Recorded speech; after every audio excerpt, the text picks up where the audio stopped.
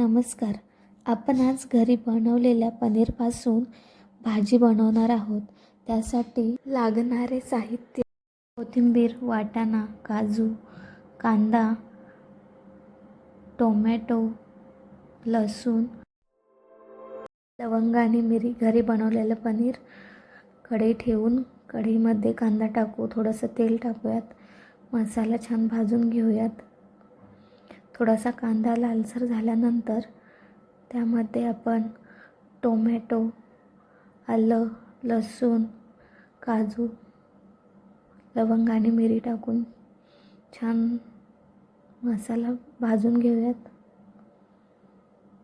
मसाला भाजण्यासाठी थोडंसं झाकण ठेवूयात. मसाला छान भाजून झाला आहे. वाटून घेऊयात मिक्सरमध्ये बारीक. पूर्ण एकत्र वाटला तरी चालेल. छान असा मसाला आपला वाटून झाला आहे. कढई ठेवूयात. हव्या त्या प्रमाणात तेल टाकून तेल थोडंसं गरम झाल्यानंतर लाल मिरची पावडर टाकूयात, जेणेकरून भाजीला छान कलर येईल. नंतर मसाला टाकूयात. छान मसाला तळून घ्यायचा, भाजून घ्यायचा. थोडंसं पाणी ॲड करूयात.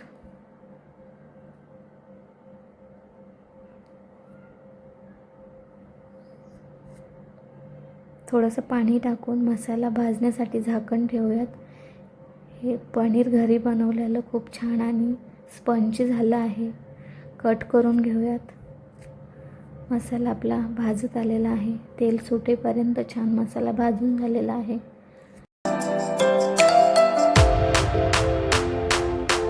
वाटाणा तेलामध्ये फ्राय करून घेतलेला आहे.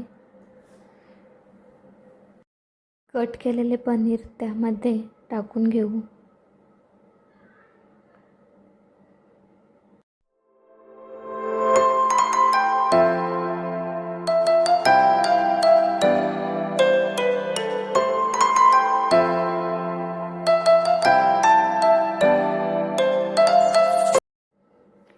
पनीर टाकून झाल्यानंतर थोडंसं पाणी ॲड करून कोथिंबीर टाकून एक उकळी काढून घेऊयात.